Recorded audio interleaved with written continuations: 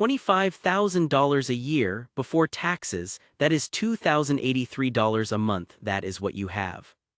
You are 23. You work at a warehouse distribution center. The shift starts at 6 a.m. You set 2 alarms because missing one day costs you $96 you cannot replace. Rent is $740, shared apartment, 2 roommates, the kitchen is small, you eat rice and chicken 5 nights a week, not from discipline, from math. You check your bank app at 11 p.m., the balance is $247, payday is Thursday, today is Monday. The car needs an oil change, $45, you push it another 2 weeks. The check engine light has been on for 3 months, you drive anyway. At $25,000, money is not a tool, money is oxygen. You either have enough to breathe or you are already holding your breath. You do not invest, you do not save, you survive until Friday and then you do it again. This is not failure, this is the math of $25,000. $40,000, after taxes roughly $2,900 a month. You got the raise, you felt it for exactly 1 pay cycle. You move to a 1-bedroom, $1,080 a month, your own space, your own kitchen. The first morning alone feels like wealth, by the 3rd month it feels normal. You finance a car, $387 a month for 72 months. Insurance is $164, together that is $551 leaving your account before you eat.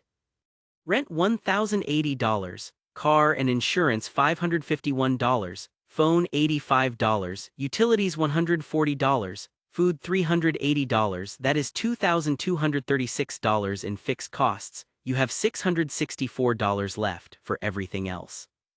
You open a savings account, you put in $100 a month, 3 months later you pull $240 back for a tire replacement. The account never grows.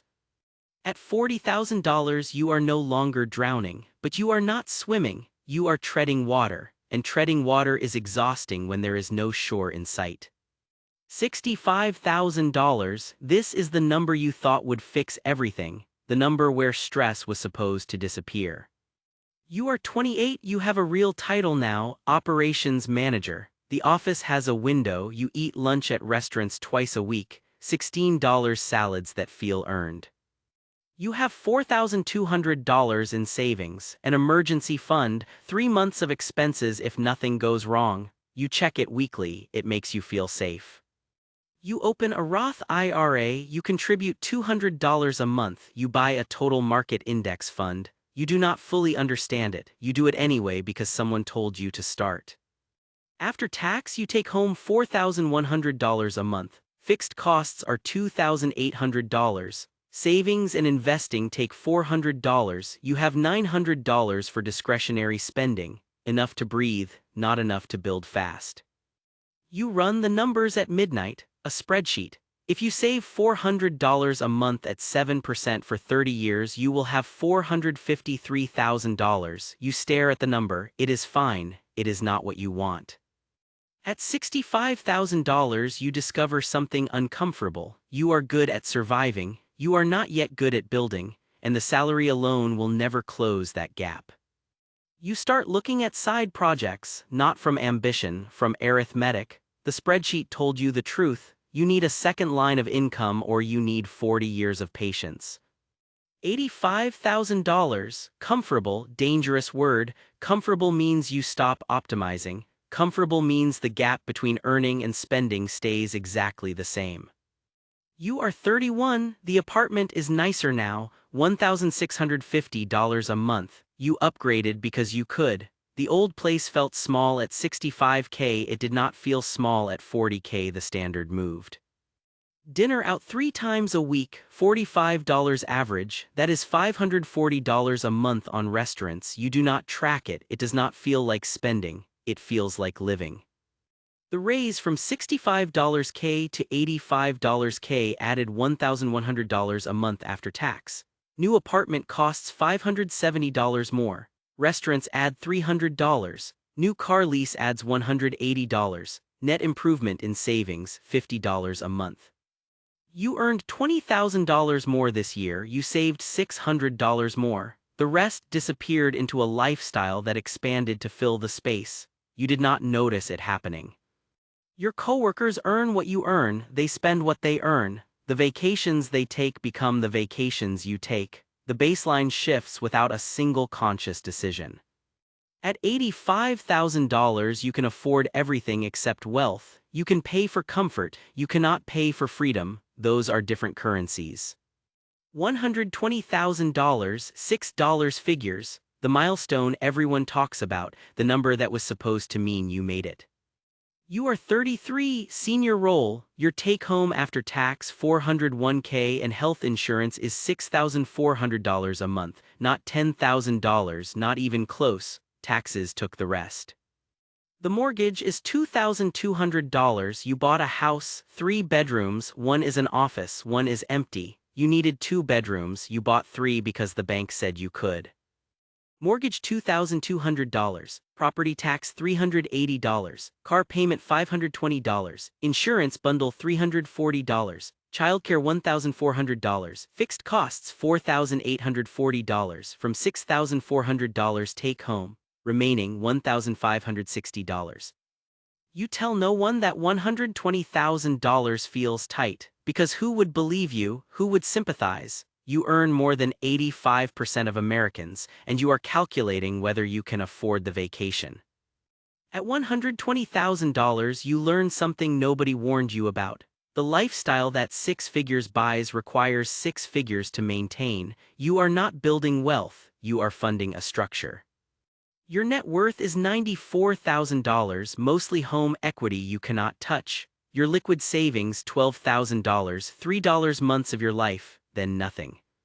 $200,000, director level, the income doubled from where you started feeling comfortable, the anxiety did not have. You are 37, take home after everything $10,800 a month, your wife works, combined household income $290,000, on paper you are wealthy, in practice you are scheduled. Mortgage $3,400, private school $2,100, $2 car payments $1,080, childcare and activities $800, insurance $520, monthly fixed obligations $7,900 before food, before life. Your neighbors earn what you earn, their kids go to the same school, they drive the same cars, you are not keeping up with them, you are them, the standard is invisible because everyone shares it. You save $1,800 a month, into index funds, automatically, you do not touch it. This is the one thing separating you from the people at this income level who have nothing.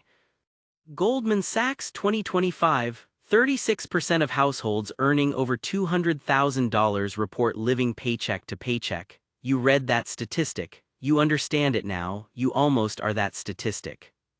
At $200,000 you realize the ceiling is not income, the ceiling is the cost of the life that the income built around you. The structure requires the salary requires the structure, neither can stop.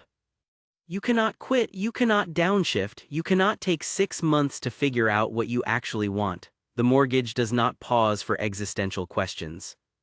$350,000, top 5% of American earners, the math says you should be wealthy, the bank account says otherwise. You are 41, VP of something, the title opens doors, the salary funds a life that requires every dollar of it. Private school for 2 kids, $4,200 a month, a house in the right zip code, $5,100 mortgage. Gross $350,000, after federal, state, FICA, $218,000 net, that is $18,200 a month. Fixed costs consume $14,600, discretionary and savings split the remaining $3,600. You save $2,000 a month. Your financial advisor says you should save $5,000. You know he is right. You cannot find the other $3,000 without changing something visible. You do not change it. Pulling the kids from private school feels like failure. Selling the house feels like going backward. Downgrading the car feels like a public announcement that something went wrong. Nothing went wrong. The math just never worked. At $350,000, you earn more in a month than your parents earned in a year. You have the same financial anxiety they had. Different numbers, same feeling. The trap scales with income. $500,000, $500,000 a year, and the question that arrives at this level is not how do I earn more? The question is, what was all of this for? You are 44, the house is paid off or close, the investments have compounded. Net worth, $1.8 million. On paper you won. In practice you work 60 hours a week and your kids recognize your voice more than your face.